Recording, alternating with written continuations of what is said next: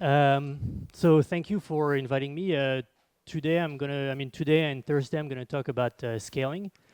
We're gonna try to see what this means. I've been interested in this for a while, but particularly in the last 4 or 5 years, I've been collaborating with two friends, Mathieu Hautefeuille from Sorbonne University and Vivek, who's here. And so I'm going to tell you a little bit about what we've done and what we've been talking about in the last 4 or 5 years.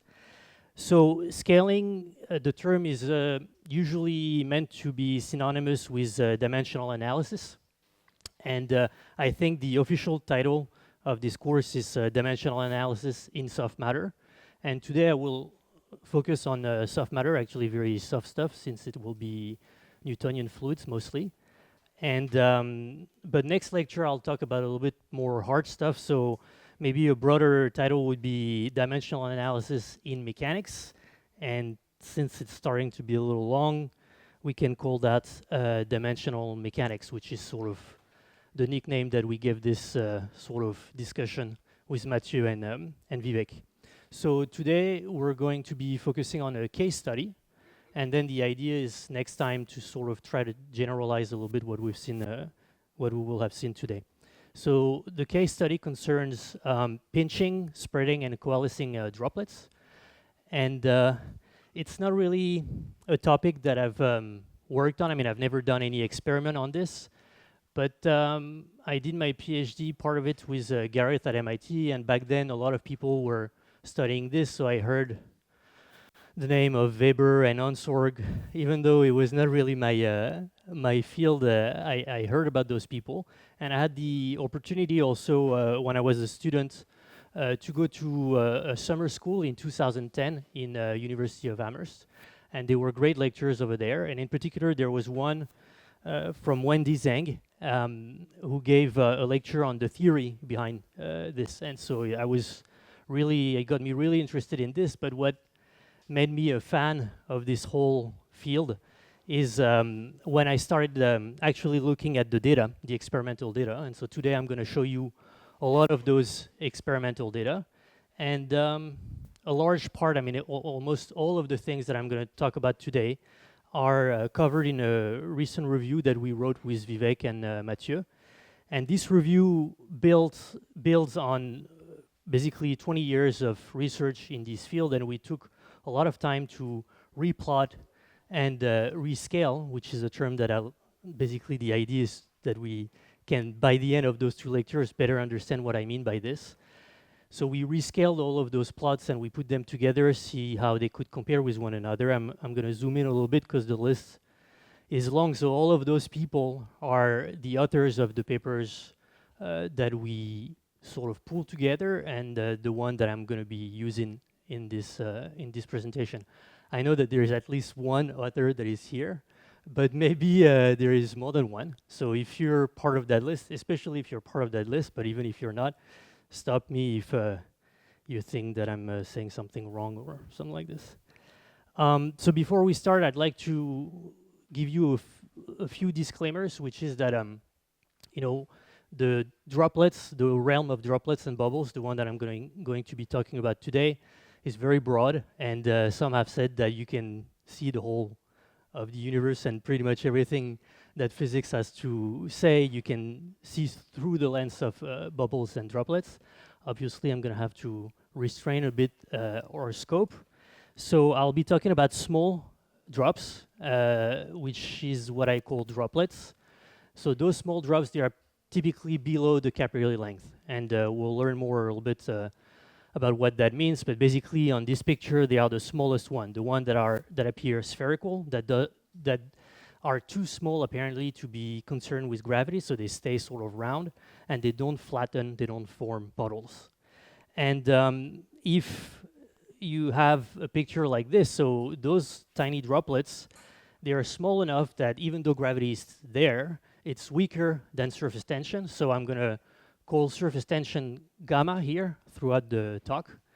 And here, gravity is factored into a weight density, so it's basically the force of gravity per unit, the weight per unit volume, which is usually written rho times g. And so everything we'll talk about today is for things that are smaller than this length, and so the term psi here, the weight density, will not have any effect. If the drops are smaller than this length, they can hang upside down. But if they grow to a large enough, so I guess here you will not see this, there was a GIF of a drop. So there was water draining from a leaf, and so I'm doing it for you. There was water draining from a leaf. The water collects at the tip of the leaf. As long as the size of the droplet is smaller than this limit, the drop hangs on the leaf, and then eventually it falls. So you've all seen this, so I'm not too disappointed that you cannot see the movie here. This one, if only the drops that are bigger than the capillary length could fall, then we would not be able to discuss about everything that we're going to talk about later, which is that you have small needles, for instance, and you create smaller drops, and they actually detach. And they detach because you impose a speed also. There is a flow, and so the quantity of liquid is increasing. And so all the things that I'm going to be talking about today concerns speeds, so inlet speeds that are small in comparison to the capillary speed. And I'll give you later what this capillary speed means in terms of mechanical quantities. A third disclaimer is that I'm going to only focus on simple fluids. Typically, water is a good example. So I'm not going to talk about complex fluids like saliva or stuff like that. I think that Vivek will talk about that in his lectures. And then I have to say that this list just goes on forever. So I gave you the three the three most important ones, I think, which is that the drops are small, the speeds are not too high, and that we're dealing with simple fluids. But you could also add many other stuff. So people have studied the effect of surfactants, for instance. This would change things. The effect of evaporation when you have things that go on for a long time, or also the effect of activity. So if you think of active fluids and stuff like that, then you add physics that are not going to be covered here. So now that this is done, the first thing I want to talk about is the concept of a regime. So the word regime is also often used to be synonymous with those two other words, so scaling laws, regimes, and power laws.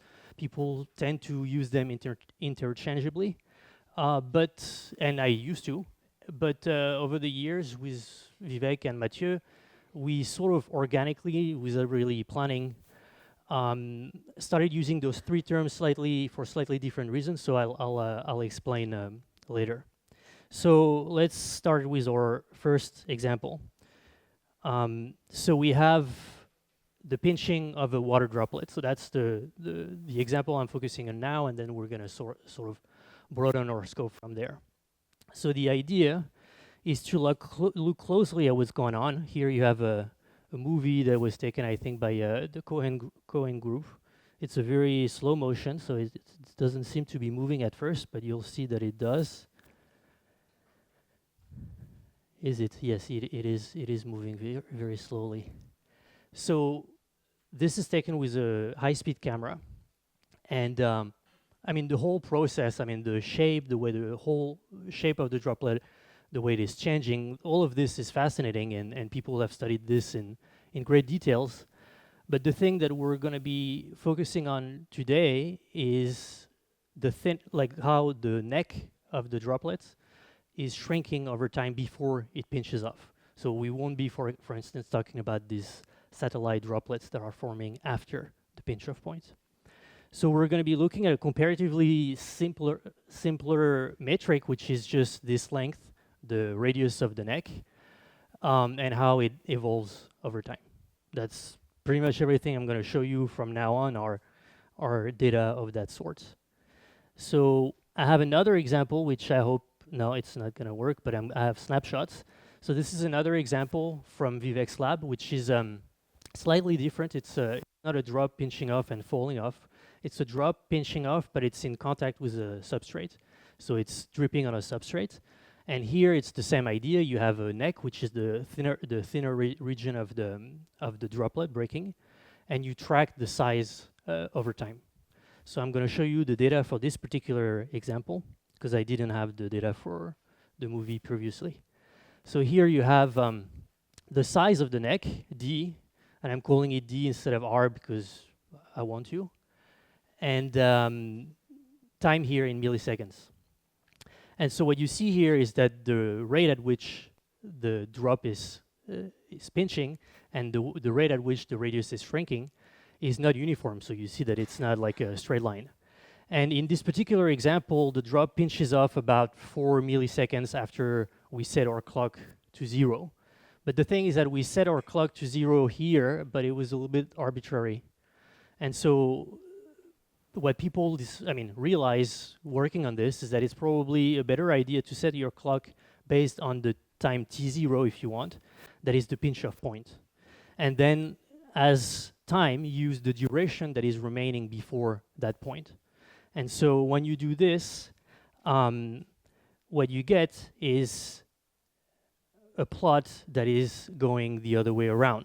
So if you now have t, which is defined as the duration that remains before the drop breaks, and you plot the radius, then of course you get an increasing curve.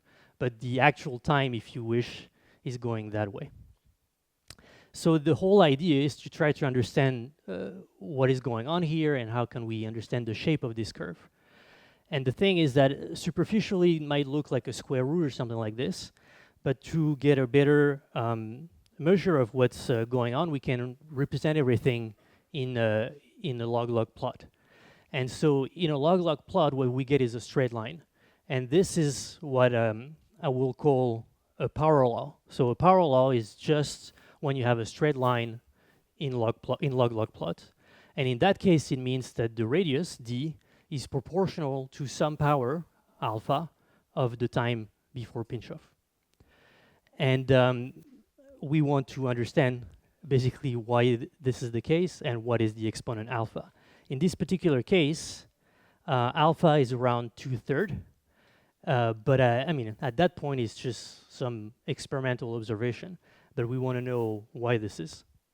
And really, mechanics, the idea is that mechanics is going to help us, understand why we have this. Because if we think of just this power law, this is really a kinematic relationship. We have a length, and the length is evolving over time. And we just have a relationship between space and time. But the great idea of mechanics, and it's been around for a while, is to use additional mechanical arguments to try to understand this relationship. But before we do that, we have one thing that we can do already, but still remaining in sort of a kinematic approach to this, which is that in the previous equation, which was this and without decay, we had a length that was proportional to a time to the power 2/3. So we had a length on one side of the equation, and we had a time to the power 2/3 on the other side.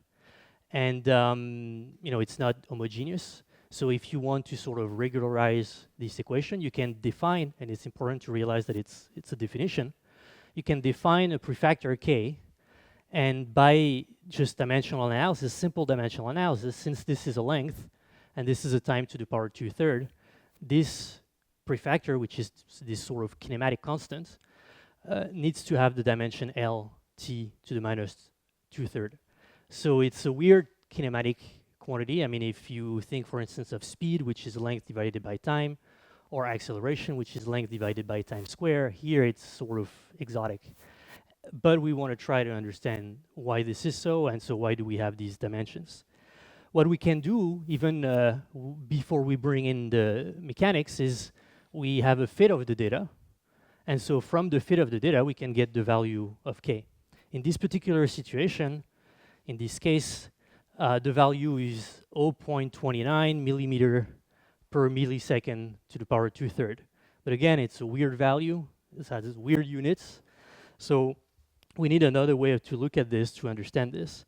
If we change the units, so if I put everything in meters and seconds, it's not really helping us. So the problem is not really with the units at this point, it's really with the dimensions. We have this weird combination of space and time, and we want a better way to understand this. So here, the great idea, and I'll tell you more about this during the second lecture, what we see is a relationship between space and time. But the way we're going to try to understand this, to explain this, is by bringing in another dimension, which is the dimension of mass. So I have this little guy here. So we see things just length over time, how it evolves. And to explain this weird relationship, we're going to bring in forces, mass, densities, stuff that are from the mechanical realm that have a mass dimension. So again, I'll tell you a little bit more how to do this systematically next time. Today we're going to assume, and it's sort of purposely designed to be frustrating for you and me, we're going to assume that we know the physics of the problem. So we've talked already about the two things that are behind these dynamics, which are, in this case, the surface tension, gamma, and the density, rho. And so we're going to see, by looking at the dimensions of those quantities, how this particular kinematic relationship can emerge. So this duo of surface tension and density has been around for a while and was studied at least since Kelvin and Rayleigh. But in the particular example that we're dealing with here, which is the pinching of a droplet, I think, if I'm not mistaken, that it was Keller and Mixes who used this mechanical model of bringing together the density of the drop or the inertia of the drop and its surface tension to explain something like this.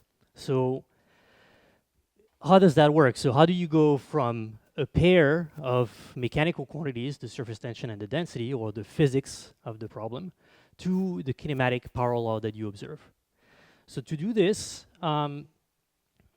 you can do that in a few different ways.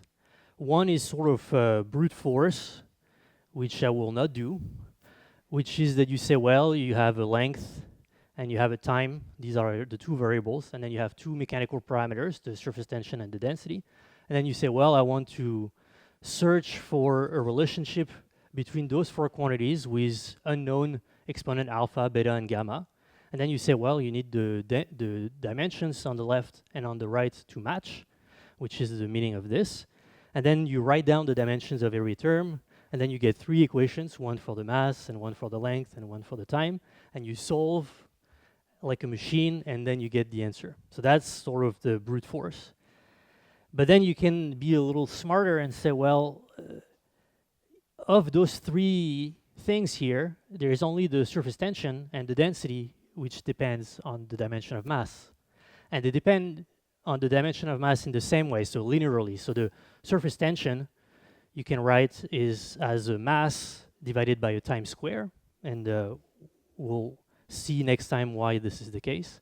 And then this one, the density, everyone knows. So it's the mass divided by a volume, so it's the mass divided by length cube. So since those two terms only depend on the mass dimension and they depend linearly on the mass dimension, you know that the exponent here that you're going to have need to be opposite of one another.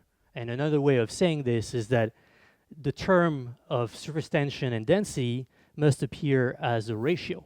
So instead of blindly sort of looking for the general thing, alpha, beta, gamma, you can start from here and try to go there. And then once you have this sort of intermediate form that you start with, you're like, okay, maybe I'm not going to do the whole solving right away. I'm going to first look at the dimension of this ratio. So let's do that. What's the ratio of a surface tension and a density? It's the ratio of their dimensions. So the dimension of surface tension is mass divided by time square, and density is mass divided by length cube. The mass, of course, is going to cancel out because what we're looking for is something that has no mass in it. And if you put everything together, you get a length cube divided by a time square. And now you're like, okay, maybe we can already see how to go from here to here, but we're going to do this in a few steps. Right now, L is, the fancy-looking L is the sort of generic dimension of L, of length. And T, fancy-looking T, is the generic dimension of time. But the thing is that for the dimension of length, you could also take, the dimension of this stick, so or the board or anything, basically any length. And for time, any time would do. So in particular here in our example, we have a length, which is the variable d, and a time, which is the time before pinch of t. So I can write, if I want, instead of generic L and generic T, I can write the dimension of D and the dimension of T. That works. And then I can rearrange the equation to get something like this. And what we know, so this equation is always true. So the thing is, here the only thing we're saying really is that you can express the dimension of length, any length really, not just D, as a ratio between any surface tension, any density, to the power 1/3, and any time to the power 2/3. So this equation is true if I use D and T as defined before. But if I use the length between the sun and the moon, that works also. So if you want, this is just like a tautology that tells you you can express the dimension of length from the dimension of surface tension, density, and time. You can always do that.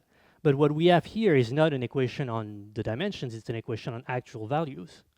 So how do we go from here to here? So here is the frustrating step, which is if you have the right physics, that's the idea, and we'll try to get more info on what does that mean a little bit today and a little bit on Thursday, more on Thursday. If we have the right mechanical model of the situation, so if surface tension and density are indeed responsible for the dynamics that we're seeing here, this equation, once we removed all of the dimension brackets, this equation should be the same as this one. So another way of saying this is that the 2/3 here comes from the interplay of the dimensions of the mechanical terms, which is the surface tension and density. And so the prefactor here should be this thing here. So how does that work in practice? So in practice, the one that we had measured from fitting the curve was 0.029 meter per second to the power 2/3. And if you now use this ratio, take the cubic root of this, use the surface tension of water and the density of water, you get this value. And so the important is this here, the approximate equality is meant to say, well, if the values on either side of this are sort of the same order of magnitude, and that should also progressively be frustrating, this expression of the same order of magnitude. If they are of the same order of magnitude, then we say, okay, we probably did a good enough job, and the model that we have combining surface tension and density is not that bad. But of course, if we only had this example, this would be a little weak. So this particular scaling is called the inertial capillary scaling by most. And so here the idea, I told you I have power law, scaling, and regime, and I give them slightly different meanings. Here, I call this a scaling rather than a power law because we've made a big step already from the original sort of purely kinematic relationship between size and space that we had originally, which was just d is equal to k times t to the power 2/3. Here we have a mechanical understanding, or at least we think we have, a mechanical understanding of the prefactor k. So we have a model coming from mechanics of the dynamics. And so that's the slightly different term scaling that I'm using in this case. So inertial capillary is the adjective or that is used whenever you have surface tension. And inertial goes for the presence of the density of the fluid. So we have a scaling law, which is the one that we got from mechanics, and it's sort of an improvement from the original stuff that we started with, which was just this power law, which was basically only coming from the experiment. So if this scaling only applied to this particular example from Vivek's lab, it would not be too impressive, but the amazing stuff is that in the last 30 years, this particular type of dynamics have been seen across the board. So I'm going to give you some examples. In my opinion, the one that remains, it's an experiment by Burton that dates back 20 years now. I'm citing only the first names just for convenience, but all of the full citations and the data from all of the papers that I'm showing you today, they are in the supplementary of the review, so you can access them. So in my opinion, that remains the best example of this two-third scaling. It's the pinching of a mercury droplet. And you can see the time and space resolution just amazing. I won't have time to get into the details on how they actually managed to do this, but this is quite impressive. And you see the scaling extended over the same two-thirds scaling extended over many decades in time and space. That's for the scaling. That's for the pinching of a water before and then mercury droplet. And in this case, the density that we're taking into account is the density of the droplet. So the density of water in the previous case, and now the density of mercury, which is almost 13 times, I think, higher. Now, if you're pinching droplets in another fluid, and this fluid also has a density, then you're starting to be in a situation where it's a little bit more complicated to identify which is the main density that you should take into account. So when the densities are similar outside and inside, the situation is a little bit more complicated. I won't get into it. But what I will talk about is the extreme opposite case. So when the density inside is much smaller than the density outside. And this is when you have a bubble. And already, which is, in my opinion, quite amazing, is that people found that you can have the same scaling for the pinching, not of droplets this time, but of bubbles. So you have bubbles, and they are pinching up, like in these pictures, and you have the same two-thirds scaling. But in that case, you take into account the density of the outside fluid. If you put those two experiments on the same plot, the mercury drop and the pinching bubble, they have the same slope. They have the same two-thirds slope, but of course they have different intercepts because, basically the values of density and surface tension, you can see they are written here and here, they are different. And since they are giving you the prefactor, and the prefactor is giving you the intercept in log scale, yes? If you have two different density, can you reverse engineer it, like measure the scaling law and then reduce Yes. So to match the two curves. Yes. I mean, and also one thing that you can notice here is that you can actually have the same curve for different values of density and surface tension as long as the ratio stays the same, which is sort of giving you also some leeway on the.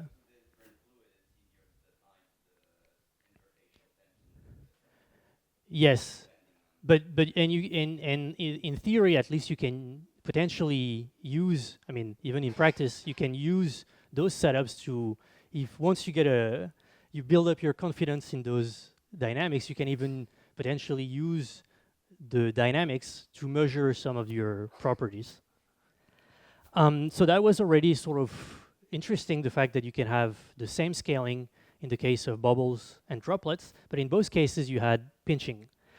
What's also interesting, I think, is the fact that you can have the same scaling for a different configuration. Here you have two droplets, and they are brought into contact, and they are coalescing, and so the radius here, d, is the radius of contact between the two droplets, and the time is the time since first contact. And here you have data from AD, and you see that you have the same two-thirds scaling, also driven by surface tension and density. Connected to surface tension and density. So if you now go to the spreading of a drop, also a different paper by Eddy. So you have a water, it's not water actually, probably a mixture of glycerol and water. You have a droplet and you put it on a substrate. And here what you track is the radius of contact between the droplet and the substrate. And the time is the time since contact. You also find the same two-thirds power law. So if you put all of them on the same plot, again, same slope, because it's the same sort of underlying dynamics, different intercepts due to the different values of surface tension and density. All have approximatively this scaling, but if you want to be a little bit more precise, what you can do is that you can replace the approximate equality that I had in the previous slide by equal, sharp, like absolutely equal, and some correction factor delta. So this has been called by different names: scaling constant, scaling factor, fudge factor. And as long as the model is right, I mean, as long as the mechanics that we put in actually describe what's going on, the value of delta should be close to 1. So in this case, I'm going to give you the values. And if you want to talk more about this, we can do that later during the week, because it's a fascinating stuff, but it's sort of out of the scope for today. So here are the values of delta for all of those examples.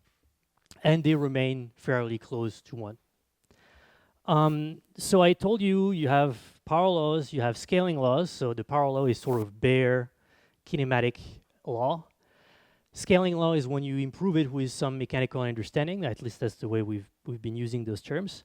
And then a regime is when you gain the sort of wisdom that this power law, if you take it like this, it should extend forever. So it should extend all the way to infinity, and it should extend all the way to 0 on the other end.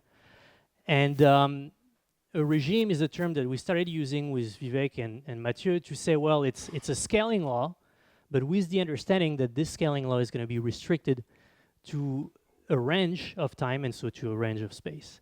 And to understand where this range comes from, you need to add more physics. So you need to look at the influence of other mechanical factors beyond, in this case, surface tension and density. And once you do this, you can start talking about our next topic, which is how do you build units for your plots. And so it's on the way to scale the plots eventually. So here I'm giving you another example, or maybe it's the same, I don't remember, of a pinching bubble. And you have this 2/3 scaling. Yeah.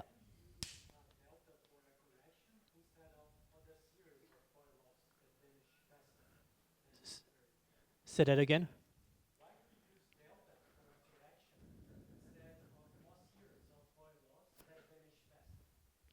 Yes, so we're going to get there in this section, which is basically how do you go from one parallel to another parallel, which would eventually answer your question about if you're talking about the transition from one to another, then the delta might be more than a constant. But yes. So in this particular case, the range is not as impressive as before. You only have a few data points. So you could be even worried that the model might not apply to this case, but that's not where I want to go. What I want to go is to show the same data, which is they are here now because I've extended the range. And then the same people looked at the pinching of bubbles, but not this case in a silicon oil, but in a water glycerol mixture. And in this case, it's for certain not following the 2/3 scaling. So when it's following the 2/3 scaling, I'll put them in blue, and in green when they are linear. So here you have a neck that is actually linearly related to time. So what is going on? So let's focus on this case. You have a neck that is linearly related to time, which means that in this particular case, before we had this weird k that was length divided by time to the power 2/3. Here it's just length divided by time, so it's a speed. That's why I call it c here. And what is this speed? So here I'm going a little faster because we saw the first example in some detail. It's a speed that is usually called the viscocapillary speed. So we know capillary means surface tension is involved, so gamma is involved. And visco means viscosity is involved. And so if you take the ratio as we did before for the ratio of gamma and rho, if you now take the ratio between gamma and eta, which is the symbol I'll be using for viscosity, the mass cancel out, and what you end up with is a length divided by a time. So the ratio of a surface tension and a viscosity is a speed, and that's what's called the viscocapillary speed. And so here, this scaling is not understood from pairing surface tension and density. It is understood from pairing surface tension and viscosity. So it's called the viscocapillary regime usually. And this one has also been observed just everywhere. So here I'm just giving you a few examples from coalescence.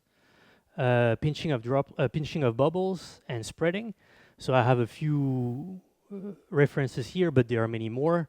And here is a plot that puts together a bunch of those scaling. So you have the radius, which is either the radius of contact for spreading or coalescence, or the neck radius for pinching. And the time is either the time since contact or the time before pinch off for pinching. So you have a bunch of different configurations of coalescence from the sides, from the top, all sorts of things, spreading, pinching of filaments and bubbles. You have Gareth data here.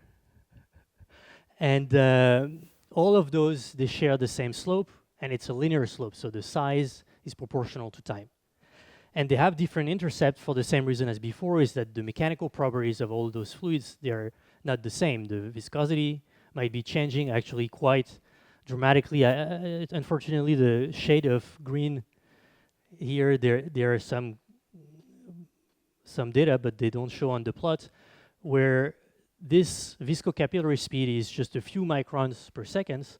And on the other hand, when you're going to basically fluid that are just like water or with a little bit of glycerol, so not as like a little bit more viscous than glycerol, then the viscocapillary speed can be meters per second. So you have a very, very large range. So why is it that in some cases what we see is this, and in some other cases what we see is this, the 2/3 scaling? How do we sort of understand this? How do we put this together? So before I showed you two examples from the same people where you had the pinching of a bubble. And in the first example here, this silicone oil, one silicone oil, you had a 2/3 scaling.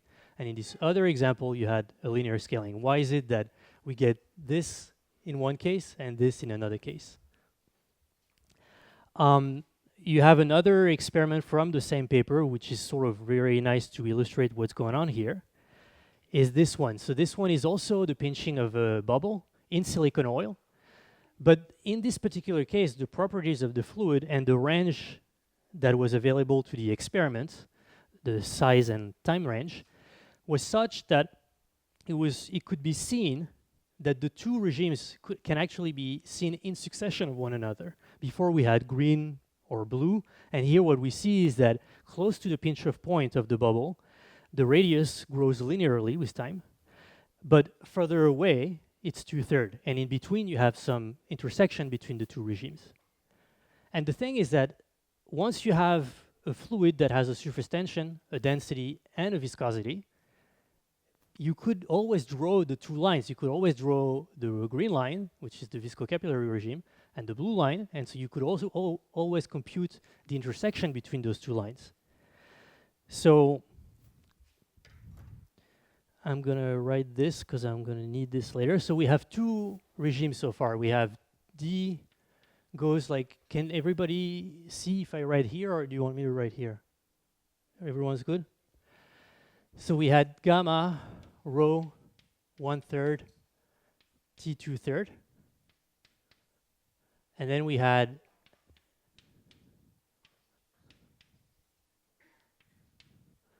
and now we say, okay, what if we put those two together? We look at the point of intersection. And the point of intersection, I'm calling the coordinate of this point of intersection, I'm calling L and tau, just to differentiate between the variable and this constant. And so what we get, if you do that, what you get is L is equal to eta square gamma rho, and tau is eta cube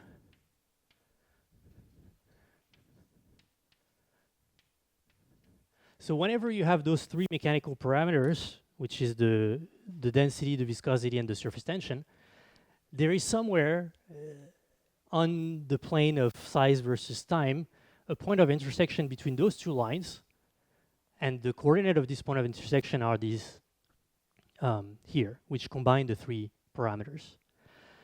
So of course we can use this point, which I'm going to be calling the unsorg point. So several people at the beginning of the 20th century contributed to this, but I just like unsorg, so I'm going to be calling it the stroke point, but basically it's the coordinate of the point of intersection between blue and green, if you want.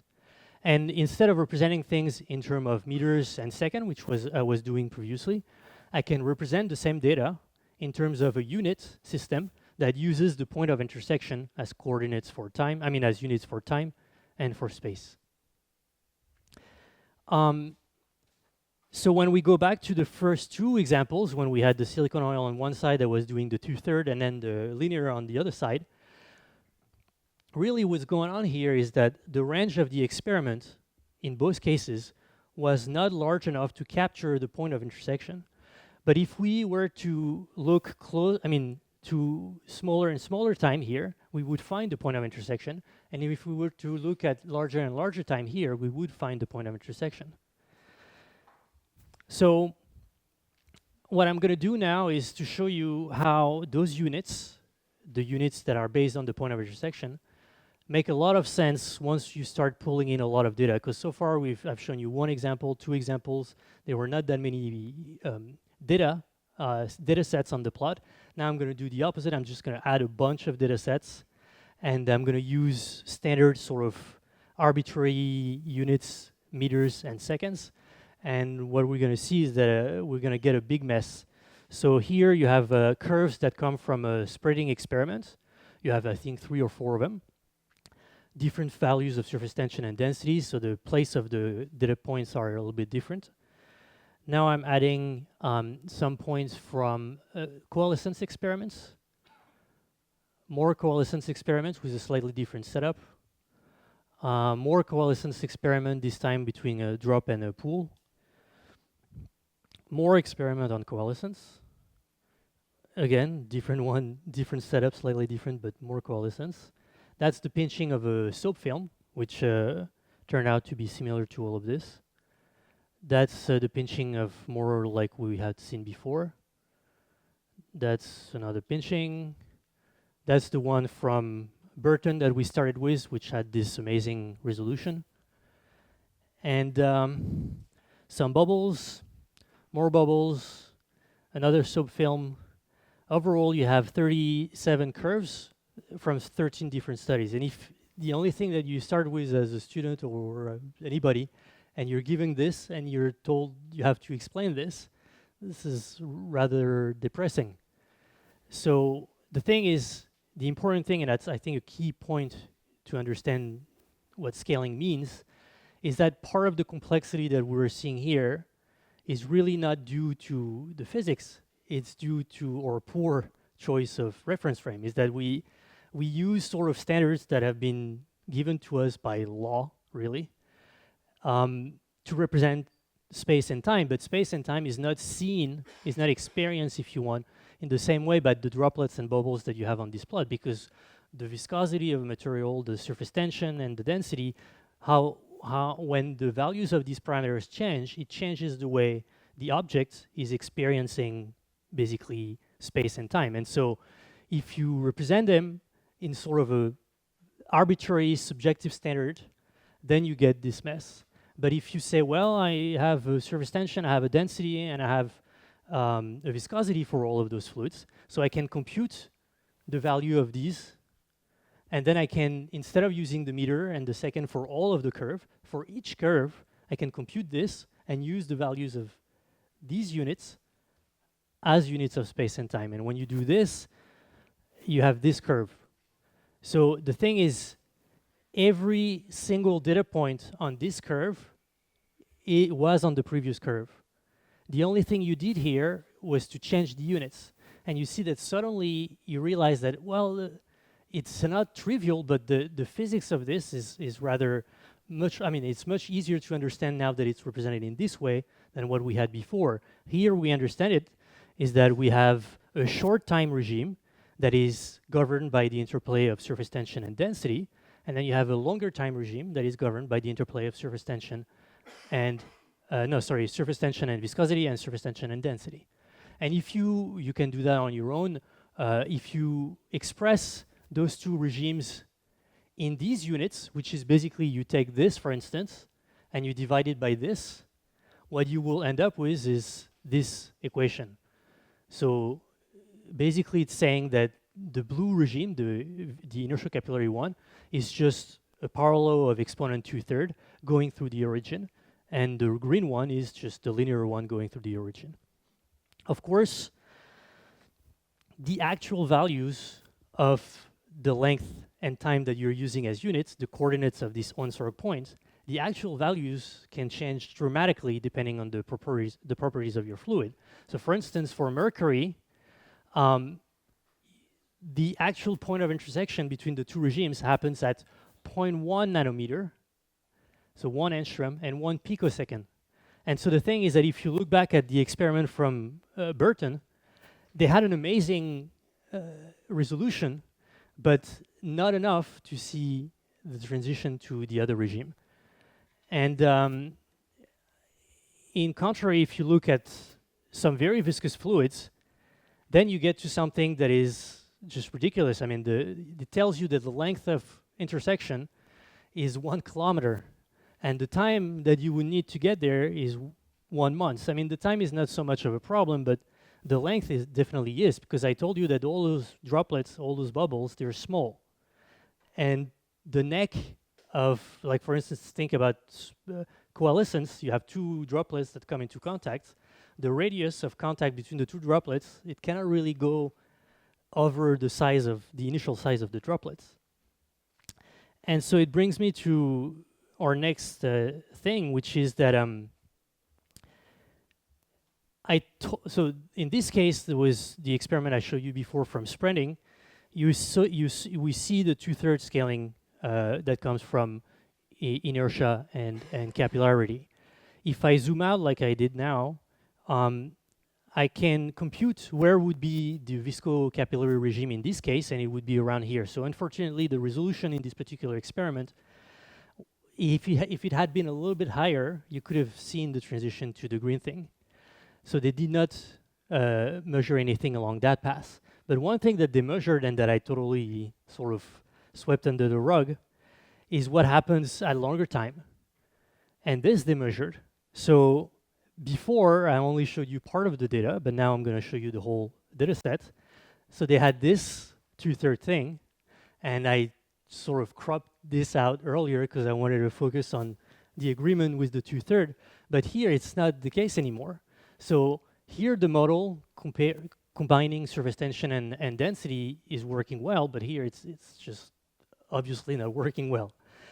And the transition size at which it's happening is roughly around 0.6 millimeter, and it corresponds, it's about the same as the radius, the initial radius of the drop. So basically here what you see is what's sort of intuitive, which is that the drop is going to start spreading, and it's doing so in this fashion. And then eventually, like the fact that the drop has a constant volume is kicking in, and this sort of integral constraint is giving you a different dynamics. In this particular case, the radius keeps growing a little bit, but at a very slow rate. It's about a parallel of exponent 1/10. It's a very famous parallel and has a long history, but I won't be talking about this. But basically, it only applies in the case where you have drops and that they are completely spreading on the substrate. If you have a drop that doesn't completely wet the substrate, which is this other experiment by the same guy, it stops. So I'm going to forget about the slow 1/10 growth and focus on the fact that sort of for all of these experiments, you stop when you get to a radius that is comparable to the size of the droplet, and then later to bubbles. Because if you look at all of the setups that we looked at, different sort of pinching, different sorts of coalescence, different sorts of spreading, what you see is that in all of those experiments, which what's drawn in pink, is that you have some integral size. It could be the drop size, it could be the bubble size, or it could be the nozzle size, but you have some sort of macroscopic size that is going to be limiting the growth of your variable D. So I'm calling it capital D to contrast it with the lowercase d, which is the variable. So if I go back to this nice plot was nice in part because I just removed all of the things that were not in agreement with it, which is, in this case, the late regimes. So if I add back all of the data points in experiments where they collected what they collected the data on this late regime, what you would have is this. So you have a nice master curve, blue to green, and then you have obviously a bunch of cases for all the delayed dynamics which are not overlapping, so the data do not overlap, and they give you different departures for different values of the integral size. And so the points here, if you think about the fact that this is a graph that is given in Onsorg units, so with the units of the points of intersection, if I take any plateau here that you have, like here, I look at the value here, the value that you're reading here on the left side, on the vertical scale, is basically d in millimeters or centimeters divided by the value in the same units of the point of intersection. And so we see, earlier we say, well, we could have a point of intersection happening at 1 kilometer. This is never going to happen because you will stop before you reach the point of intersection. So let's see what that means now. So that's the third point, and that's sort of formalizing what I just said, which is that if you want to understand all of those plateaus, which are happening at various values depending on the value of the integral size, drop, or bubble size, what you can do is that you have d divided by L. L is given here, so if you just replace L by what it means in terms of the viscosity, density, and surface tension, you get this thing here. And here you have a length over a length, so that's a dimensionless parameter. And here is just written in terms of mechanical factors and the integral size. This particular dimensionless number is called the Laplace number, but it's in the literature you also find another one which is similar to this, which is just the inverse of the square. The inverse of the square of this one gives you this one. It's called the Onsorg number. You can know all about this by reading Gareth's paper on this. So you have this dimensionless number, and because this dimensionless number only depends on parameters, right? So if you have one experiment, you have one viscosity, and you have one surface tension, and you have one density, and you have one integral size. So for every experiment, this thing here is a constant. It's a dimensionless constant. And so what I'm going to do here is very simple, is that I'm going to take every single experiment on this plot, and I'm going to compute the value of the Onsorg number, and I'm going to use the value of the Onsorg number to color code the plot, to color code the particular data set. So you have, so here I'm giving the Onsorg value, and here is the Laplace value, which is just the square of the inverse.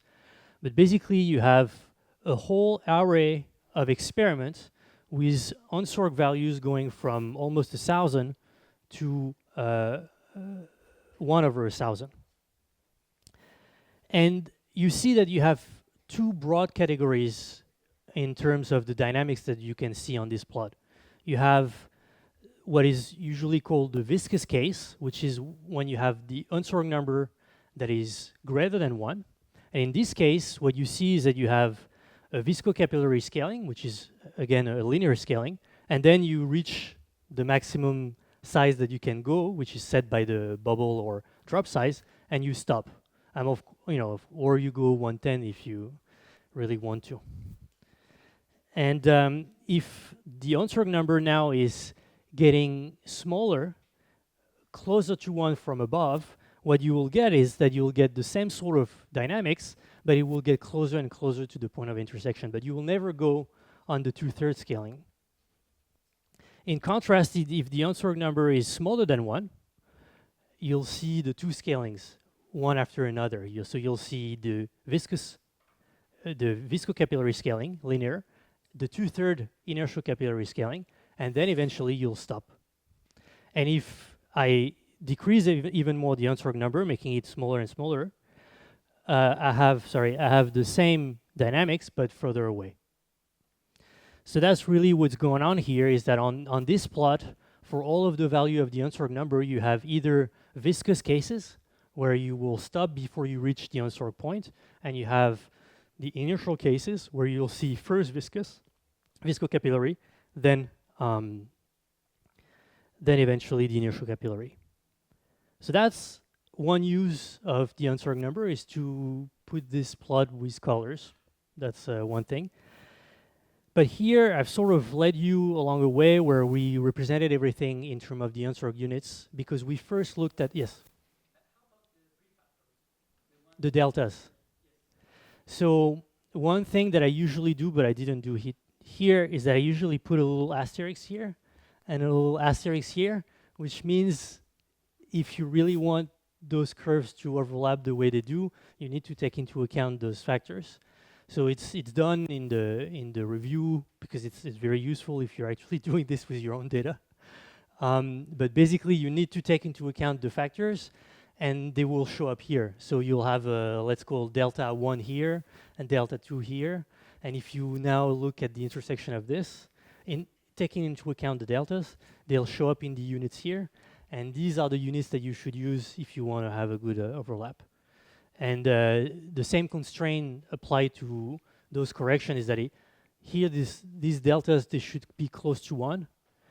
But when they combine and when you do that, they can appear with different powers, like even high powers. In this case, you'll have a power 3 or something at some point. And so even a correction that is 1.5, for instance, so you have a delta of 1.5. If you start cubing this 1.5, you can end up with corrections here that are significantly larger than 1. So yes, if you want to do this in practice, you need to take them into account. So one thing is that I started with the unsorted point, because I first looked at the intersection between the green and blue, or between the viscocapillary and inertial capillary regime. But then eventually I told you there is also a regime at the end, which I color-coded in purple initially. And so really it looks like this. So if this was the green, if you want, you had the viscocapillary, and then inertial capillary, and then final regime. And so far we only focused on this intersection to use as our focus, as our center or origin, if you want, for the plots. But you also have those two other points, and they're really as good as the first one. So that's one thing that we do sort of in detail in the review. So you can look at it if you want more details. But basically, one of these system of units is called viscocapillary. So how do we read this plot? This plot is the same as before. I've just removed all of the data points. So this point of intersection is still the unsorted point. So it's the intersection between the viscocapillary linear regime and inertial capillary 2/3 parallel. So you have the 2/3 and you have the linear. And then you have two possible cases depending on the value of your unsorted number. If the unsorted number is larger than 1, we saw that you're going to eventually stop before you reach this point. If the unsorted number is smaller than 1, you're going to stop after you've reached this point. So the thing is that the point of intersection between this line, the horizontal plateau, and the viscous line, the viscocapillary line, this is the point of intersection that is the focus of a different system of units that is usually called viscocapillary. So in this case, the length scale is simple. It's just the integral length scale, since it's the value of the plateau. And the time scale you can compute very easily, because it's basically the intersection between this and this line, or between this and this line, which are the same. So basically, whenever the viscocapillary regime reaches the value of delta, that gives you the time. So that's the viscocapillary units.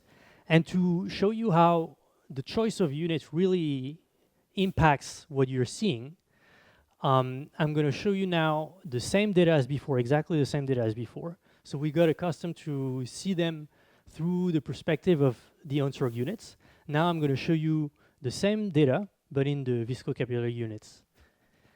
So now, why do we have this? So Here is the viscocapillary length, viscocapillary regime. So this one goes with a slope of 1. This is the constant final regime. And these are a bunch of different lines of slope 2/3 that give you different paths that follow the inertial capillary dynamics, but for different values of the Unsorg number. So basically, if I take this plot here, if I take this data here, now let's take these ones. Very close to 0 times 0, they were here. I mean, if the experiment had high enough resolution, you would see data points here. And then you would see going on the 2/3. And then that's what they could capture with the resolution of the experiments. And then eventually you would end up here. But if you have a non-Unsorg number that is getting lower, that is getting higher, closer to 1, then you get the length of this regime, this 2/3 regime, is getting shorter and shorter.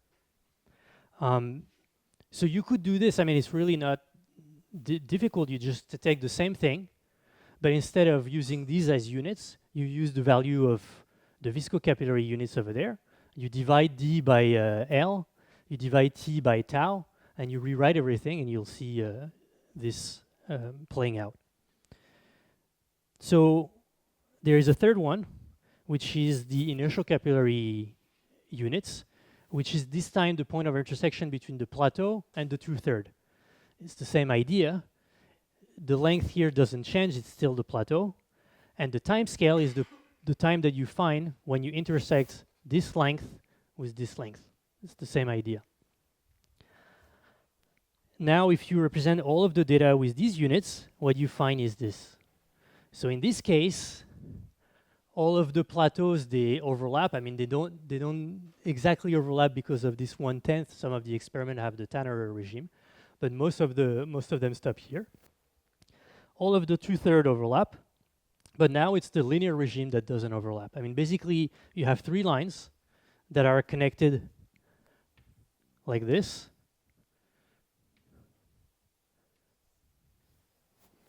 You have 3 points.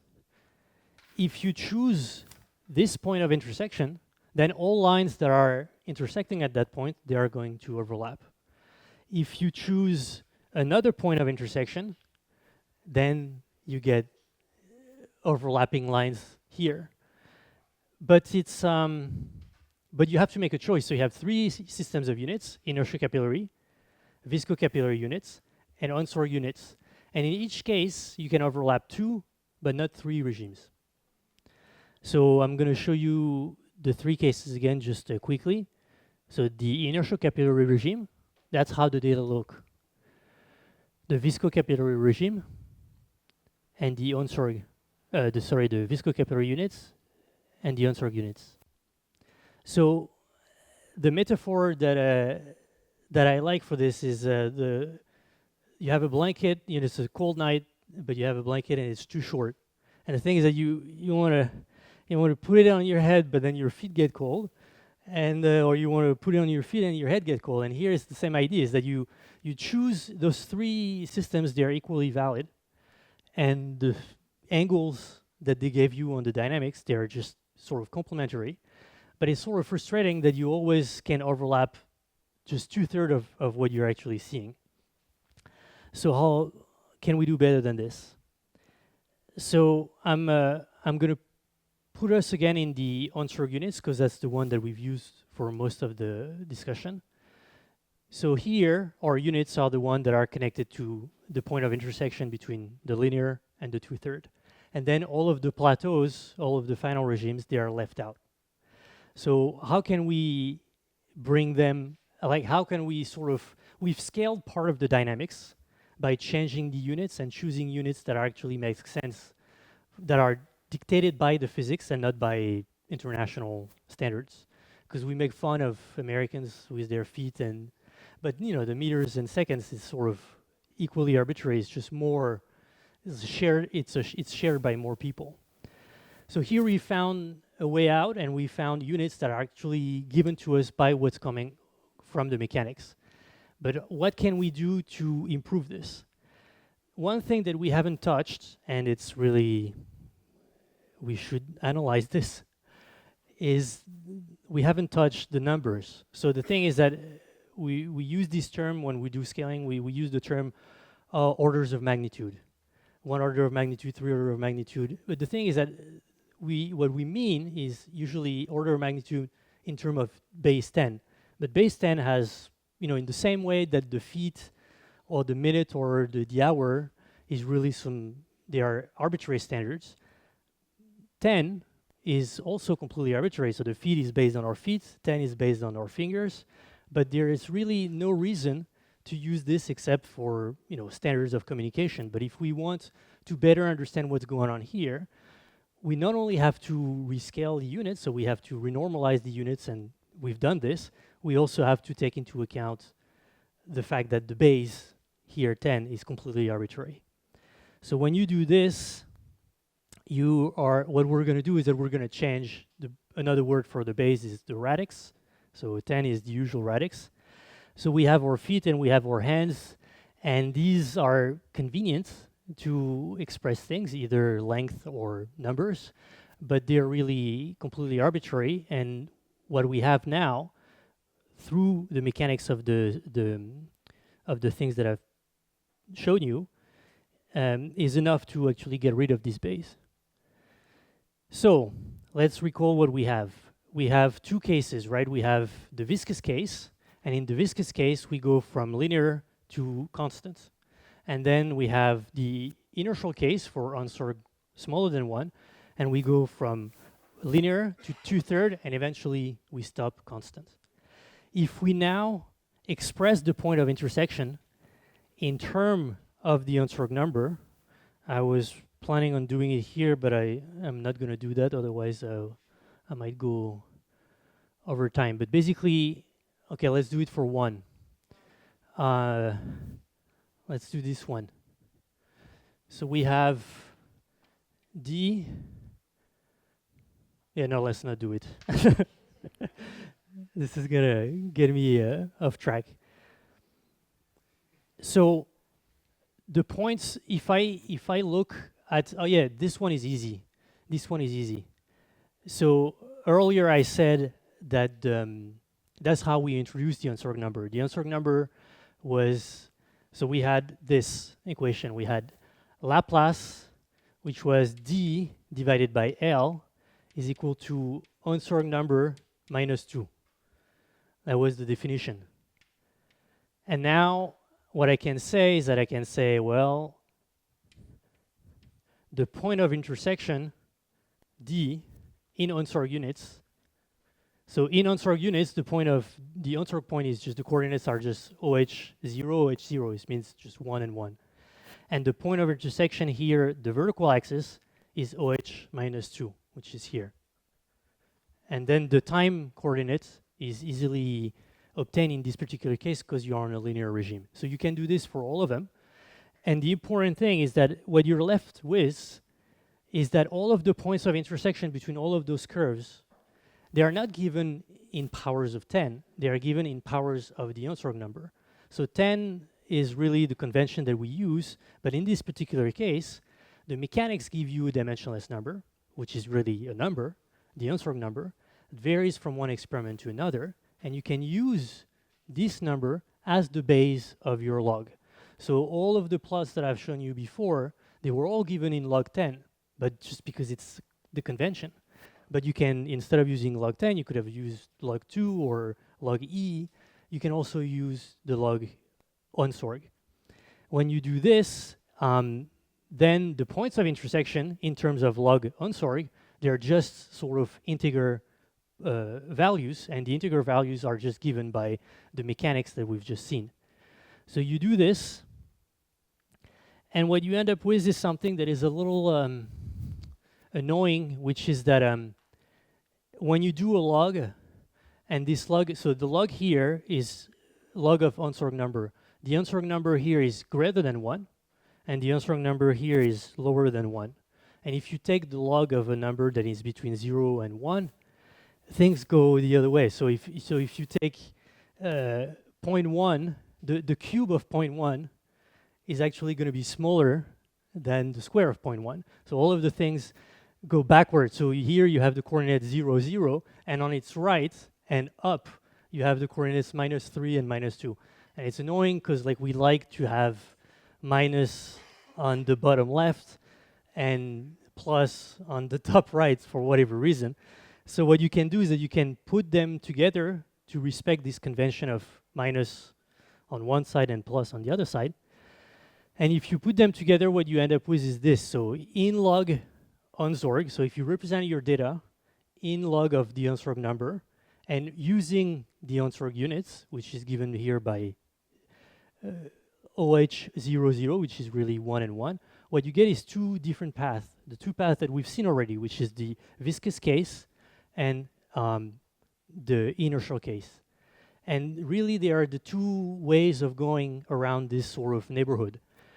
So let's do that one last time. We start with all of the curves that we talked about. And all of these curves now are represented. Now we're looking back at this, and it feels like we're back in the Middle Ages. We're representing this in meters and seconds with base 10. And the thing is that we know it's not a good idea. The units are completely subjective and arbitrary, and the base is subjective and arbitrary. What you can do is that you can choose one of the three systems of units. Let's choose the unsorg units just because we like them. We have this. We've rescaled the units, but we haven't touched the base. So the physicists, they usually, take it as part of their responsibility to critique the units, to say, well, these units are more natural than these, and these are really arbitrary. But they usually don't touch the base. I guess it's reserved to the mathematicians. But here, the physics or the mechanics, they give you a dimensionless number, and you can use this number to change the base or the radix. If you do this and represent everything in log of the unsorg number, then you have this. So it's the same unit. The units are the unsorg units, but now you're representing things in the log not of base 10, but of base unsorg. The same data are in the plot. Now the overlap is so, is so like everything overlap.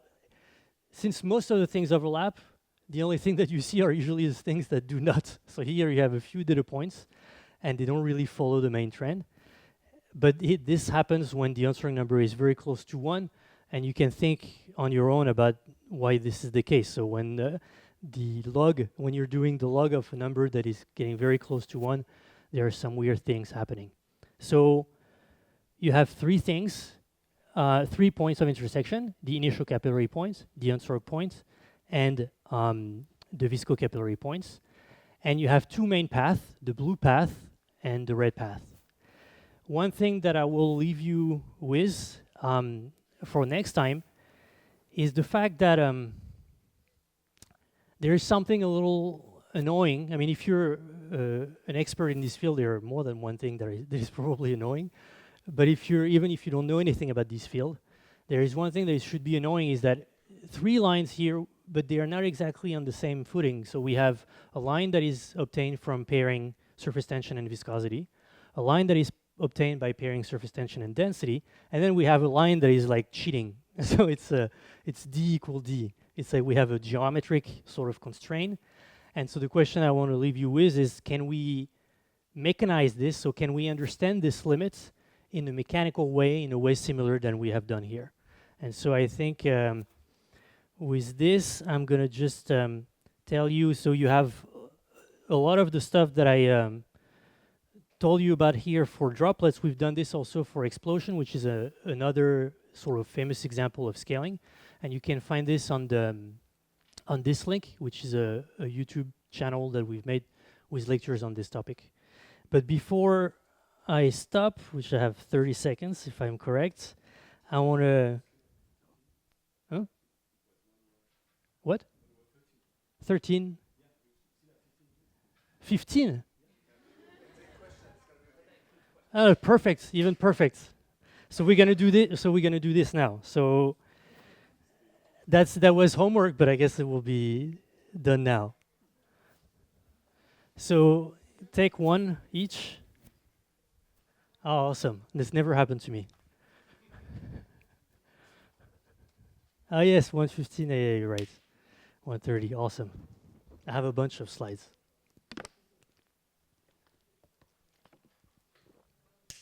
So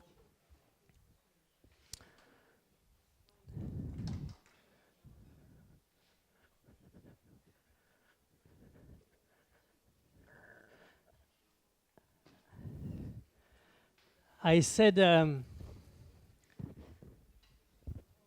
I said a few things that saying them annoyed me. So I guess you got annoyed too. So if we have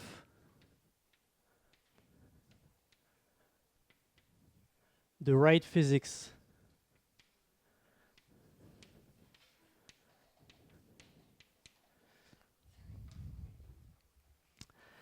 um, how do we get the right physics in the first place? So how here I'm only I only showed you sort of the end of a long road. So all of those people who worked on this, I mean, originally the people who worked on droplets, and I mean, if you think back of Rayleigh and Kelvin, I mean, they didn't really know which property, the viscosity or the surface tension, they didn't know which one was important.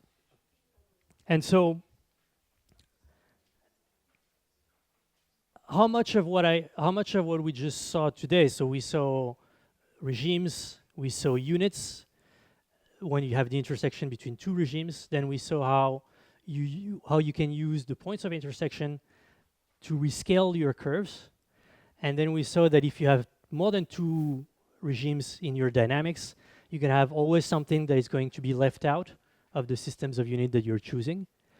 That's the blanket too short thing.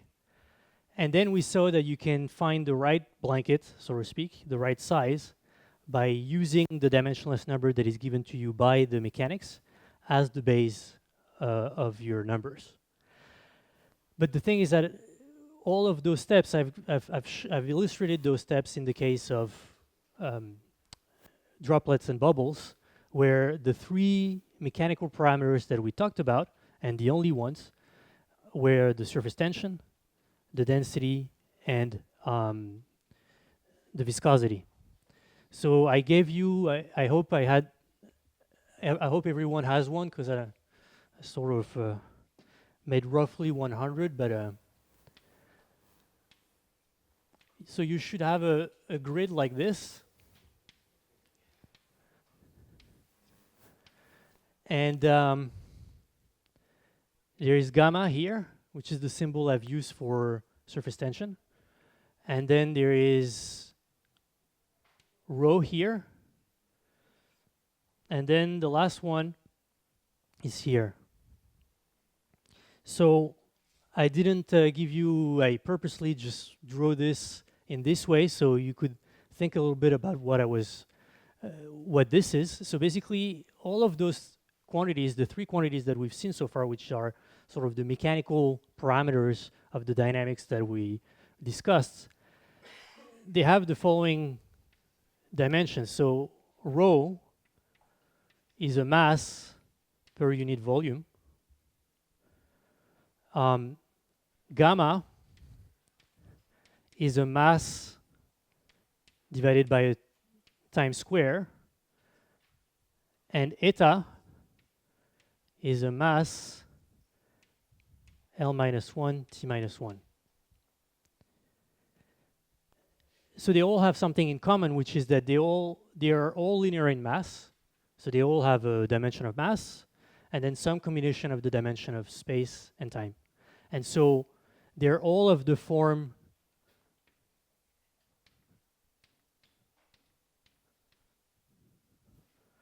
and because of this, because they all have some power of length, x, that I'm calling x, and some power of time that I'm calling y, you can put them on a map, on a 2D plane. And on top of this, the value of x and y, and that's sort of a mystery that maybe we'll talk about next time, they are integers. So it's rare, very rare, to find a quantity, a mechanical quantity of that sort, where the x or the y are not integers. If they are integers, then it's easier than putting them on a plane. You can just put them in a grid. So in that case, I'm going to put the mass here. So the mass has dimension 0 for that's the length, that's x, and that's y. So the mass I'm putting here, the mass is just mass, length to the power 0, time to the power 0. The density is easy. It's just a mass divided by a volume. The surface tension, this is odd. Most people find this odd. I find it odd. It's not the way we're usually thinking about surface tension. Here, surface tension, and it's true, it's a mass divided by a time square. But usually people think of surface tension as an energy, for instance, per unit area. So an energy per unit area, what is the energy? So where would it be? Okay, I'm gonna just move and then you say close or where is the energy? Here? Exactly, right? So if you have the energy and you divide it twice by a length, then you get the surface tension.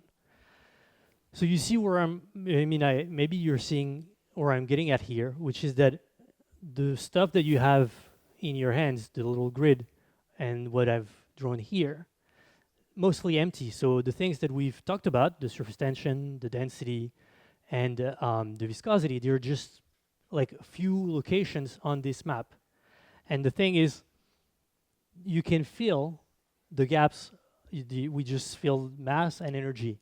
You could think of where is the force or where is the pressure, and you could put them on the map. And the thing is that when I said earlier that there is a relationship, so what we saw initially in the experiments were kinematic relationships. So we saw a length and how this length was evolving over time.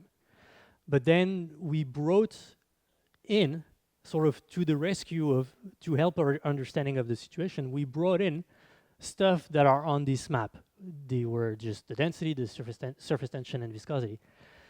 But these things, it's really weird if you think about it, in the sense that what you're dealing with is just spatial temporal, and what you're coming in with to sort of understand what's going on are things that are coming from another plane, literally, like they're of a different dimension.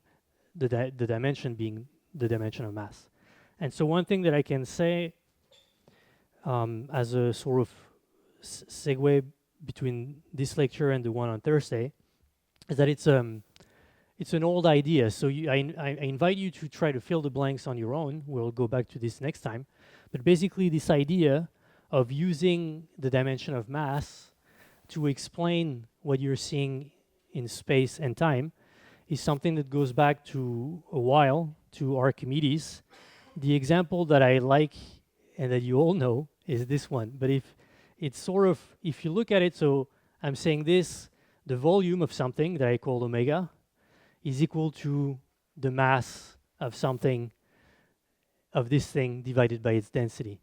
And it's so basic, basically, today that we don't really realize that it was groundbreaking. I mean, basically, and that's the setting in which it was invented. If you need to measure the volume of something, and the volume is in a simple box, then it's simple. The problem stays in the realm of geometry. You just multiply distances, like if it's in a cube, for instance, multiply the one length by another one, you get the volume of your thing.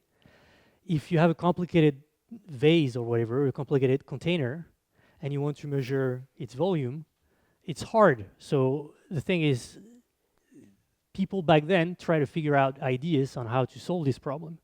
And one idea, there were many, but one in particular that Archimedes brought up was this, is that he said, well, you can sort of use the mass of the object. So it's absolutely absurd if you think about it. The problem is geometry, and it's a shape. And what you're going to be telling the person you're giving the answer to is you have to put it on the scale, and you have to measure the mass of the thing, and then you have to measure the density of the object, and then you get the answer. And so it's this idea of bringing in things from the mass dimension that sort of got started there in this particular context where geometry only was concerned. But then it's the same idea that you find later with Newton, for instance. So it's here, he didn't care about computing a volume. He cared about computing an acceleration. You had an object, it was in the context of free fall. You had an object, it's falling, it has an acceleration, it has a value. And he's like, I'm trying to understand this. It's completely kinematic. Here it's geometry plus time, so it's kinematic, it's just motion.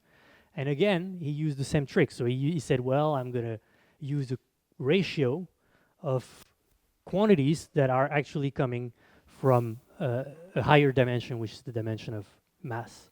So basically, those two historic examples, this one, here you can replace, if you want, omega by d cube.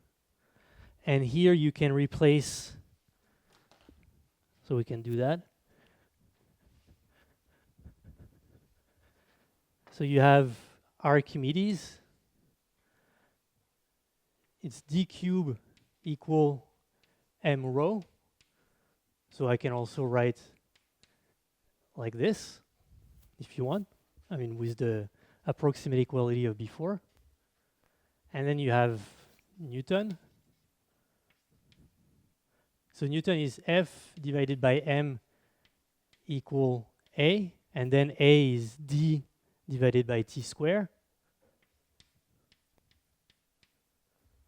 And if I rewrite it in the way that we've used so far, what you get is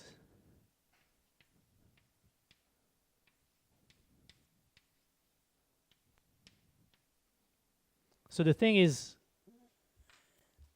what we had before, it's unfortunate that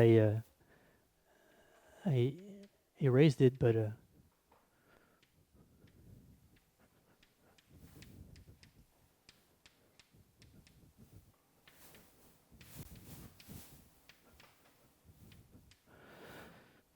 so the one that we talked about today are these two, surface tension and viscosity, then surface tension and density.